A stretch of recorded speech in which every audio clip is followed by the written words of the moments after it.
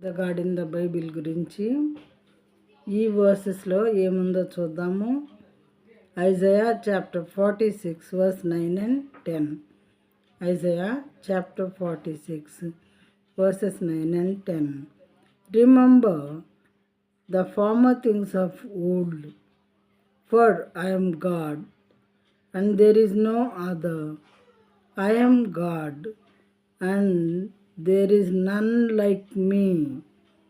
పదవచనము, declaring the end from the beginning, and from ancient times things not yet done, saying, my counsel shall stand, and I will accomplish all my purpose.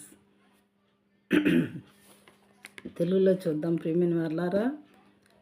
చాలా పూర్వమున జరిగిన వాటిని జ్ఞాపకం చేసుకొనుడి, దేవుడను నేనే, మరి ఏ దేవుడును లేడు. నేను దేవుడను, నన్ను పోలిన వాడెవ్వడునూ లేడు. నా ఆలోచన నిలుచుననియు, నా చిత్తమంతయు నెరవేర్చుకొనేదననియు చెప్పుకొనుచు, ఆది నుండి నేనే కలుగబో వాటిని తెలియజేయుచున్నాను. పూర్వకాలం నుండి నేనే ఇంకా జరగని వాటిని తెలియజేయుచున్నాను. అంటే జరగబోయే విషయాలని తెలియజేస్తున్నాను అని.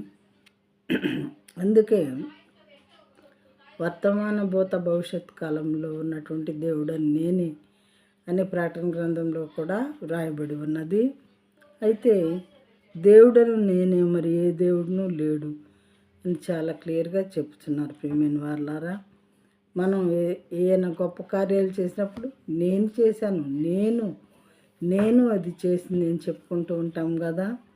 అయితే సర్వ సృష్టిని కలిగించినటువంటి ఈ దేవుడు నేను అని చెప్పుకోవటంలో ఏమన్నా ఆశ్చర్యం ఉందా? ఏమాత్రం లేదు. దేవుడని నేనే, మరి ఏ దేవుడును లేడు. నేను దేవుడను, నన్ను పోలిన వాడెవ్వడునూ లేడు. పోలికే లేదు నాకు, అసలు వేరే వాళ్ళతో పోలికే లేదు. ఎవరితో నన్ను పోల్చటానికి వీలు లేదు అని చెప్తున్నారు దేవుడు. ఎంత చక్కగా చూడండి. నా ఆలోచన నిలిచిననియు, నా చిత్తం అంతయు నెరవేర్చుకొనిదననియు. ఆయనకి ఇష్టమైన పని దేవుడు చేయటానికి సమర్థుడు అని ఈ వాక్యం ద్వారా మనకు తెలియచున్నది ప్రియమైన వారలారా. ఆది నుండి నేనే కలుగబో వాటిని తెలియజేయుచున్నాను. కలగబోయే విషయాలన్నీ కూడా నేనే చెప్తున్నాను అంటున్నారు.